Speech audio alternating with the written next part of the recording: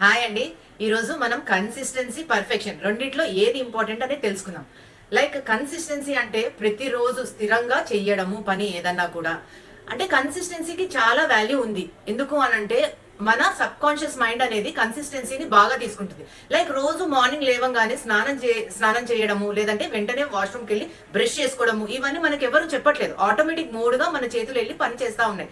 So మనం perfection కావాలి అని అనుకుంటాం. ఫర్ ఎగ్జాంపుల్ ఈ పర్ఫెక్షన్ విషయంలో తీసుకుంటే జిమ్కి వెళ్ళాలి అని అనుకున్నప్పుడు నేను పర్ఫెక్ట్ గా చేస్తేనే జిమ్కి వెళ్తానంటే అది కాని పని కదా. ఎప్పుడైతే మనం వెళ్తూ ఉంటామో పర్ఫెక్షన్ ఆటోమేటిక్ గా మన మజిల్స్ బిల్డ్ అవ్వడం కానీ ఏదైనా బెటర్మెంట్ అవ్వడం కానీ మన లైఫ్ స్టైల్లో అవుతూ ఉంటుంది. సో పర్ఫెక్షన్ కన్నా కన్సిస్టెన్సీ అనేది చాలా ఇంపార్టెంట్ అనమాట.